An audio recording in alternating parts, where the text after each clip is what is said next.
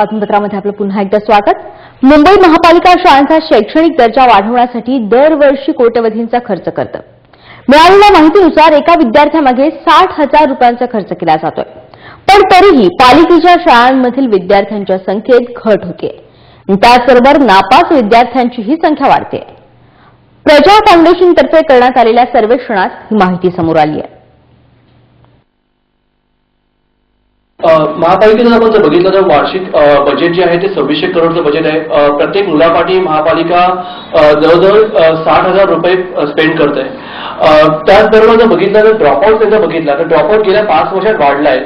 5 वर्षा अगोदर प्रत्येक 100 विद्यार्थ्यांपैकी 6 विद्यार्थ्यांचा ड्रॉपआउट होता। ह्या वर्षी 100 पैकी 9 विद्यार्थ्यांचा ड्रॉपआउट झालेला आहे। तुमच्याकडे जेव्हा आपण प्रायव्हेट सेक्टरबरोबर जर इव्हॅल्युएशन बघतोय, कंपॅरिझन बघतोय, तेव्हा म्युनिसिपल शाळेचे विद्यार्थी खूप कमी दिसतात आहे।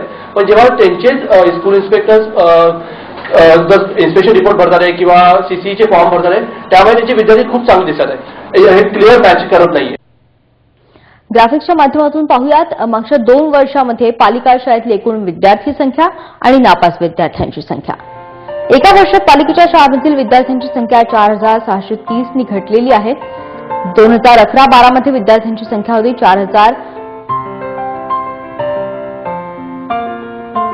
पालिकेच्या शाळांमधल्या नापास विद्यार्थ्यांमध्ये तब्बल 7,431 नी वाढ झालेली आहे।